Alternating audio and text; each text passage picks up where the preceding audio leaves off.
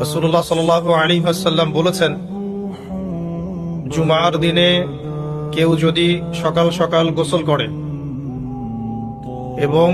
উত্তম কাপড় পরিধান করে, সুগন্ধি ব্যবহার করে, সকাল সকাল মসজিদে আসে এবং পায়ে হেঁটে মসজিদে আসে, ইমামের কাছাকাছি বসে, মনোযোগের সাথে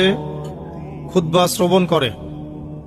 খুতবা চলাকালীন সময়ে কাউকে কষ্ট দেয় না, এমনকি কেউ যদি কথা বলে তাকে এটাও বলবে না যে চুপ করো,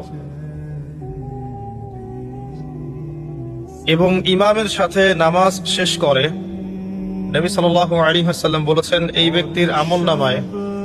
প্রত্যেক পদক্ষেপের বিনিময়ে 1 বছরের নফল নামাজ,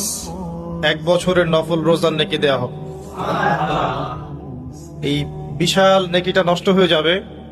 যদি খুতবা চলাকালীন সময় আমরা কথাবার্তা বলি, মোবাইলে ব্যস্ত থাকি, লুকিয়ে লুকিয়ে ভিডিও করি বা ফটো সেশন করতে থাকি ইত্যাদি, অন্যকে কষ্ট দেই, আপোষে কথাবার্তা বলি, তাহলে এই পুরো নেকিটা নষ্ট হয়ে যাবে। দেখবেন এটা বলে দেওয়ার পরেও কিছু মানুষ কথা বলবে, এই কাজ করবে।